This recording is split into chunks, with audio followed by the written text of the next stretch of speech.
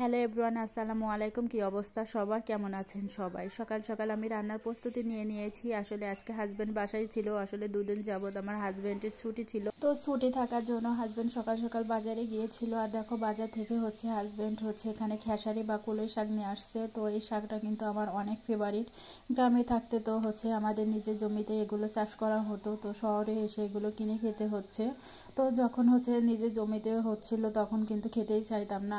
আর গ্রামে থাকতে কিন্তু এই শাকটা আমাদের জমিতে অনেক পরিমাণে হতো, এবং আমার জায়েরা একসঙ্গে মিলে মিশে কিন্তু এই শাকটা উঠাতে যাইতাম। আসলে অনেক মজা হতো। এই শাকটা কিন্তু উঠাতে খুবই ভালো লাগে। আর দেখো, এই শাকটা কিন্তু অলরেডি আমি ঝিরি ঝিরি করে কেটে নিয়েছি। নেওয়ার পরে এখানে অল্প পরিমাণে লবণ দিয়ে আমি এই শাকটাকে এখানে সেদ্ধ করে নিই।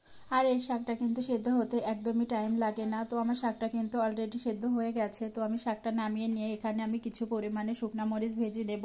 আসলে শাকে আমি শুকনো মরিচ ছাড়া মোটেও খেতে ভালো লাগে না আমার কাছে। তো অনেকটা পরিমাণে শুকনো মরিচ এখানে আমি ভেজে নিলাম। নেওয়ার পরে তেলের ভিতরে আমি এখানে রসুন এবং পেঁয়াজ কুচি দিয়ে দিলাম। আসলে প্রত্যেকটা শাকেই আমি রসুন এবং পেঁয়াজের কুচিটা আমি বেশি পরিমাণে দিয়ে থাকি। আর আমার বেশি পরিমাণে না দিলে শাক খেতে মোটেও ভালো লাগে না। তো আমার পেঁয়াজ রসুনটা ভাজা হয়ে যাবার পরে এখানে আমি শাকগুলো দিয়ে দিলাম। দিয়ে আমি ভালোভাবে ভেজে নেব। আসলে এই শাকটা আমার এত এত ফেভারিট বলে বোঝাতে পারবো না। তো এখানে দেখো, আমার শাকটা কিন্তু অলরেডি ভাজা হয়ে গেছে।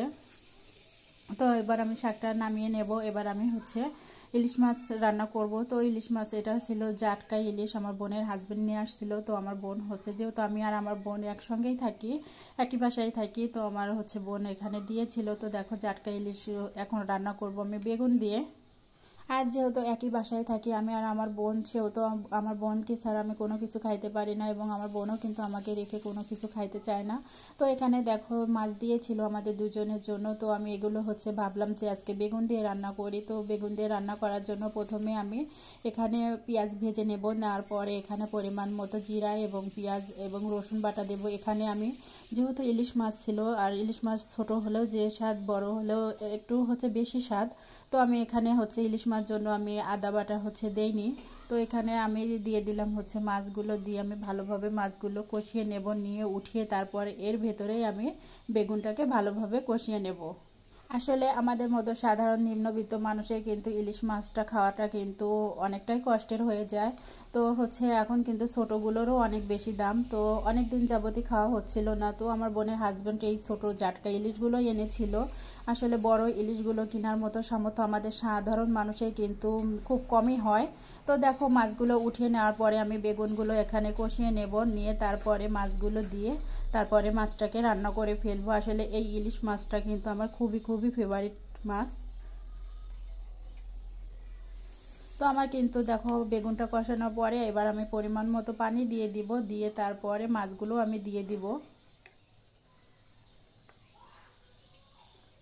আর হ্যাঁ, এই ইলিশ মাছটা কিন্তু আমরা ভেজে রান্না করি না, কারণ ইলিশ মাছ ভেজে রান্না করলে আমার কাছে খেতে মোটেও ভালো লাগে না, কেমন জানি লাগে। সেই জন্য আমি কিন্তু মাছটা ভেজে নিয়েছিলাম না। আমি সেই জন্য ইলিশ মাছটাকে প্রথমে কষিয়ে নিয়ে উঠিয়ে নিয়েছিলাম, তারপরে বেগুনগুলো কষিয়ে নিলাম। এবার পরিমাণ মতো ঝোল দিয়ে দিয়েছি।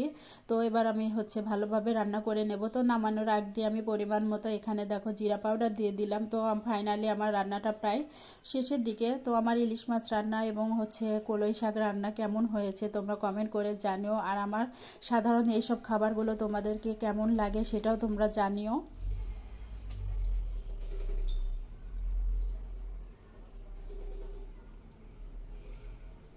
তো দেখো, এখানে আমি বেঁচে যাওয়া কিছু ভাত ছিল। তো ভাবলাম যে এই ভাতগুলো আমি ভেজে ফেলি। আসলে জিনিস নষ্ট করা মোটেও ভালো না। তো ভেজে ফেললে কিন্তু সবাই খেয়ে ফেলবে, আর এই ভাতগুলো যদি রেখে দিই তাহলে নষ্ট হবে। তো সবাই ভালো থাকো, সুস্থ থাকো, আল্লাহ হাফেজ।